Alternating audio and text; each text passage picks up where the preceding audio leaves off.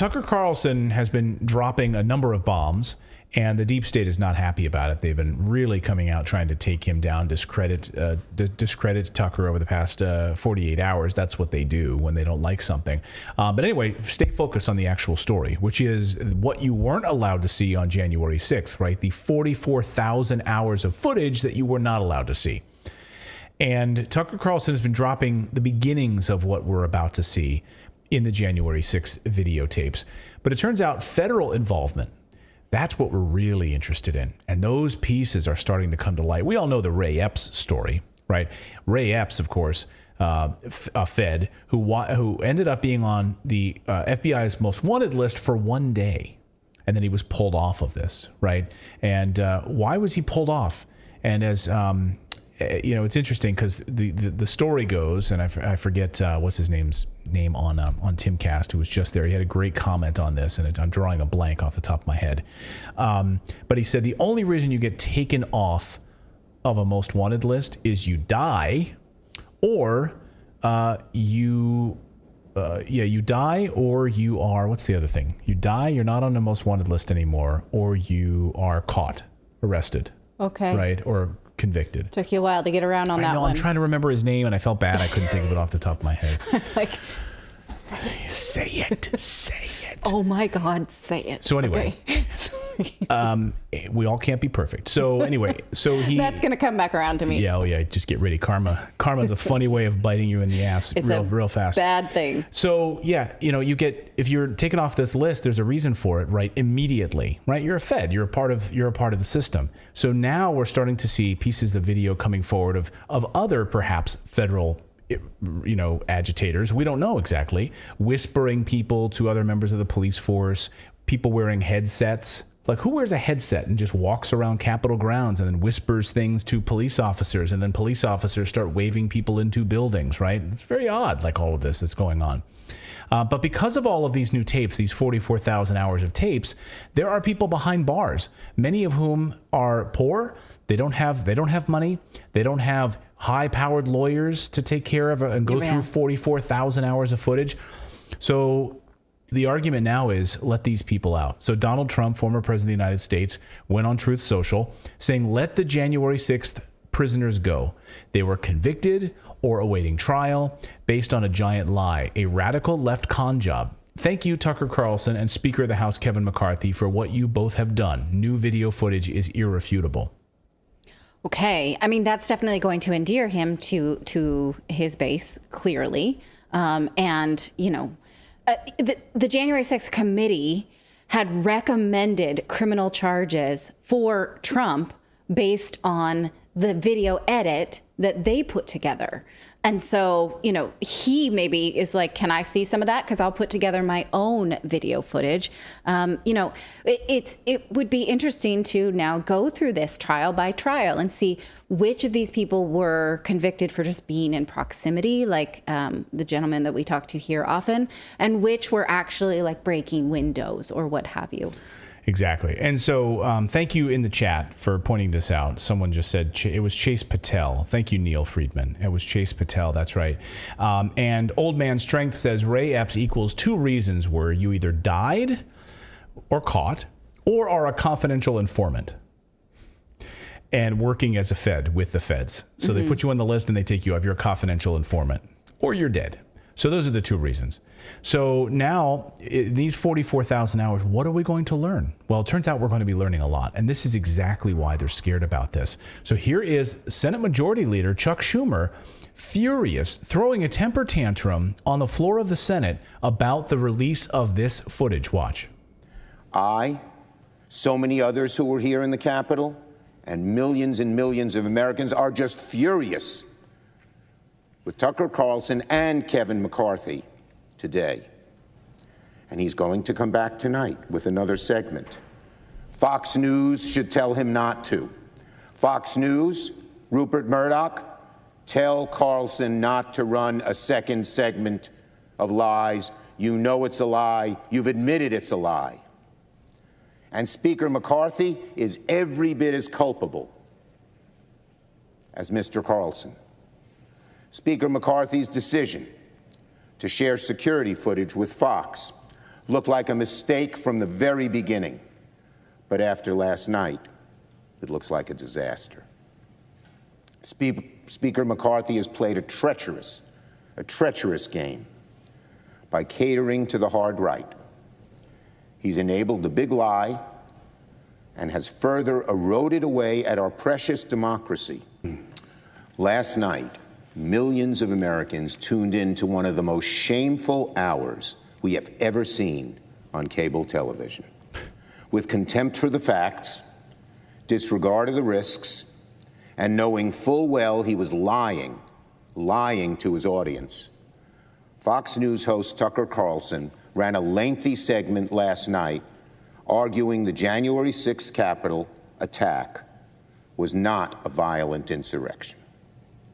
By diving deep into the waters of conspiracy and cherry-picking from thousands of hours of security footage, Mr. Carlson told the bold-faced lie that the Capitol attack, which we all saw with our own eyes, was somehow not an attack at all.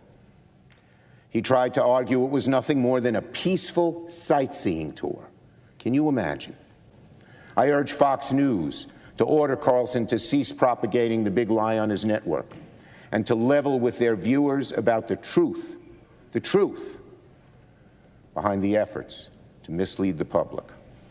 Conduct like theirs is just asking for another January 6th.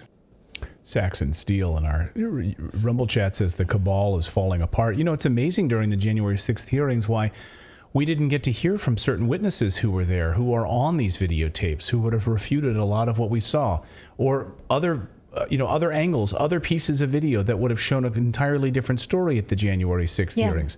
Why was that withheld? It sounds like Chuck Schumer, you guys were cherry picking video, right? And so he's saying they're going to inspire them to do this again by telling people they were nice. Right. That they might be nice again. Right. Those people are going to attack because you're telling them they're nice, and then they might do it again. So it's better than to paint all of them as violent insurrectionists, is Chuck Schumer's plan? Yes. So alienate thousands of people who came to the Capitol to hear speeches, and just continue to alienate. That's good.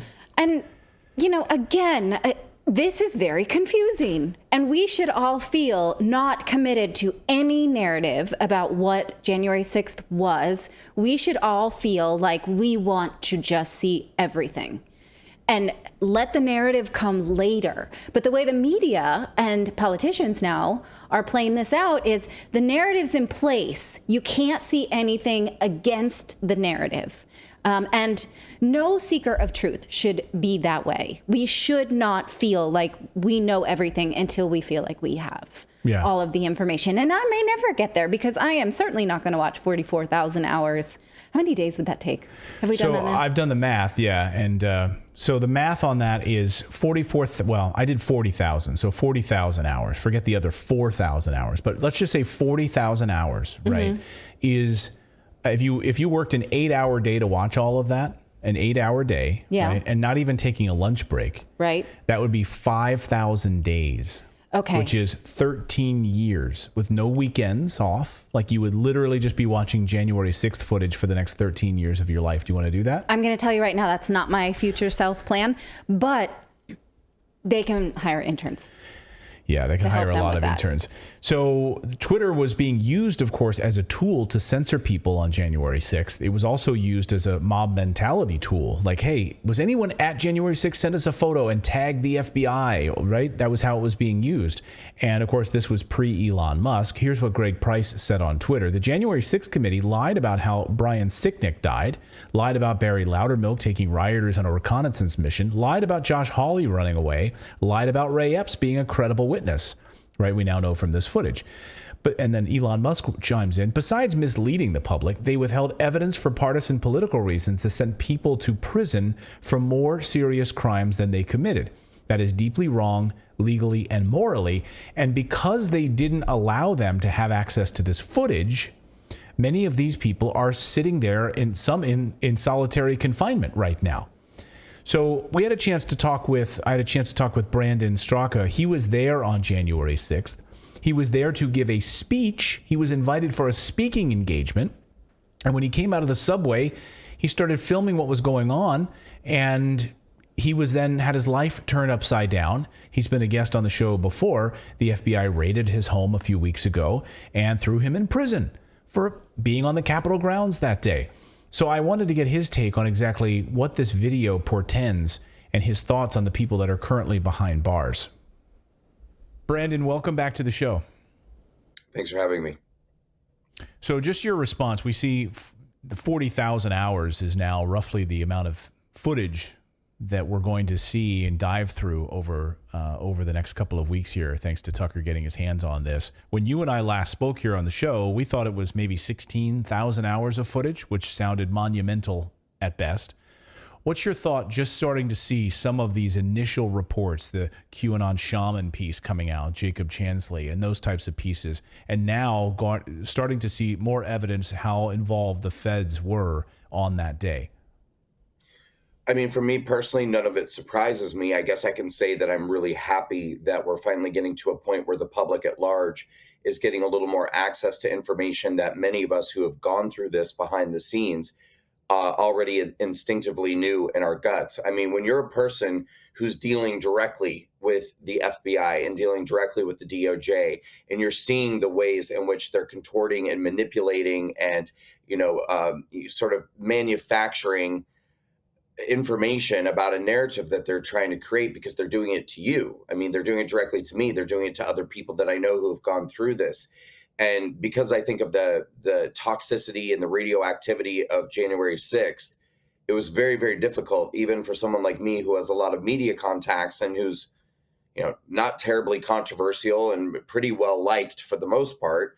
It was difficult for me to be able to find platforms to get my story out, to get my voice out, to talk about this. So I'm really happy that the public is now starting to see the counter narrative.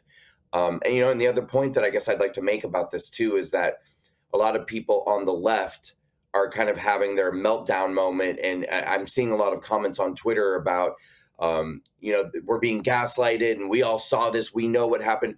Like, nobody's taking that away from you. Okay. I think that a lot of people are having this panic reaction, like they're going to have their victimhood taken away from them. Like, you can continue to be a victim of the narrative of January 6th into perpetuity. No one's taking that away. But what we're saying to you is that there are a great number of people who did not smash windows, who did not get into a fight with a police officer, and did not go to Washington, D.C. on January 6th with the intention of causing any harm or violence or overthrowing the government, and ended up at the wrong place at the wrong time, many of them probably without the knowledge that they were even in the wrong place at the wrong time, and they're being treated like domestic terrorists. Well, we saw one judge already acquit an individual who was there on that day and who now, because of video footage, showed police officers waving him in, among other people, not just him, and that led to his acquittal. So imagine what other video footage could do to help the people that have been locked up.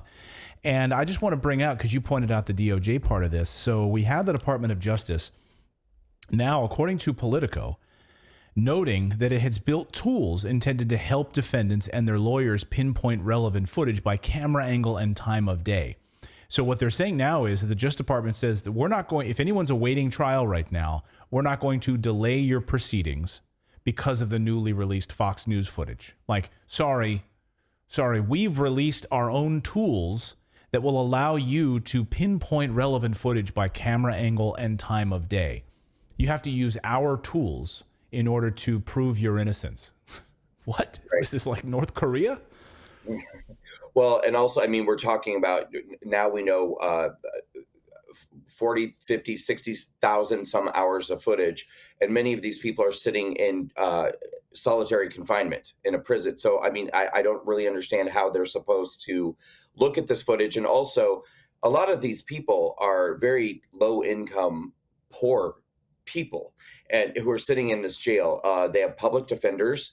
There's no way. And if they could possibly hire a private lawyer, imagine the amount of hours they would be racking up, spending for a legal team to have to go through all this footage, to have to try to find exonerating evidence for these people. And the public defenders are not going to do it.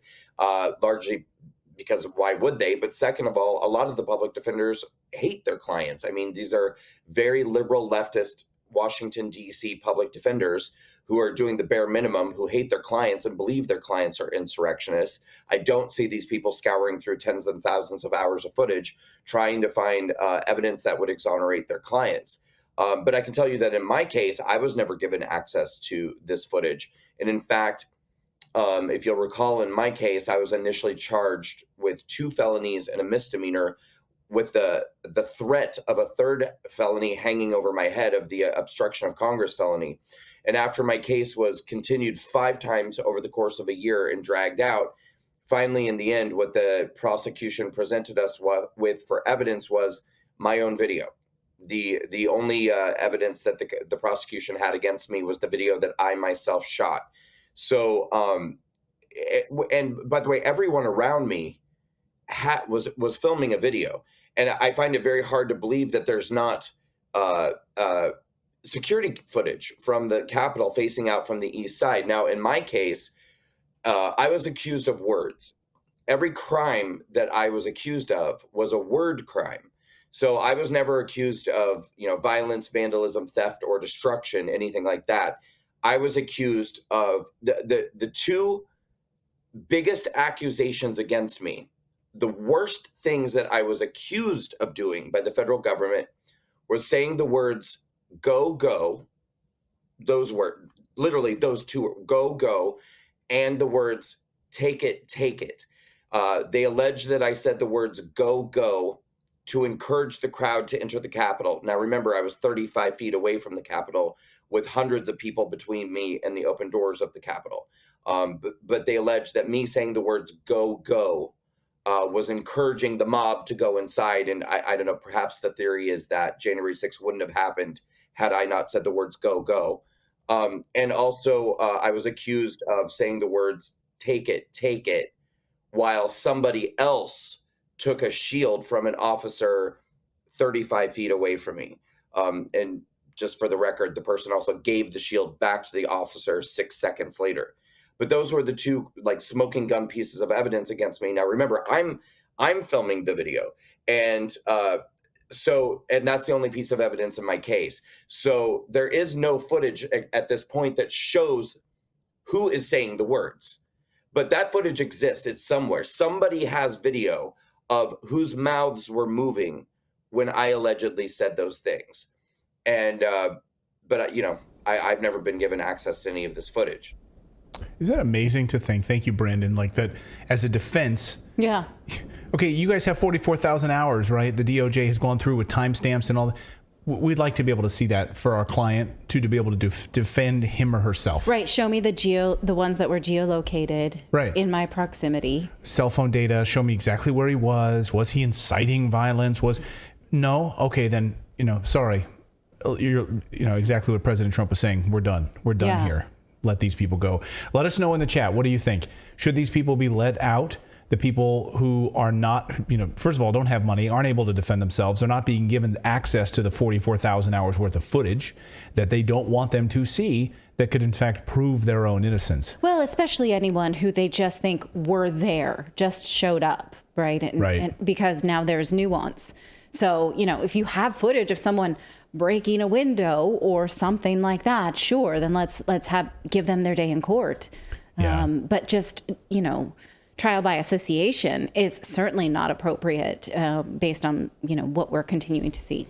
Overwhelming answers are yes, get them out of there. Get them out of there in solitary confinement in a very hostile Washington, D.C. That's like being trapped in the enemy's camp, right? Yeah. Awful. Thank you so much for watching this segment here at Redacted. We are live every day at 4 p.m. Eastern Time, trying to share the stories that the mainstream media will not cover. You should also come over and join our community of Redacted Rebels over at redacted.inc. That's our private locals community where we can share exclusive content that we simply cannot share here on YouTube. Come over and join the rebellion together right now by going to redacted.inc. We'll see you next time.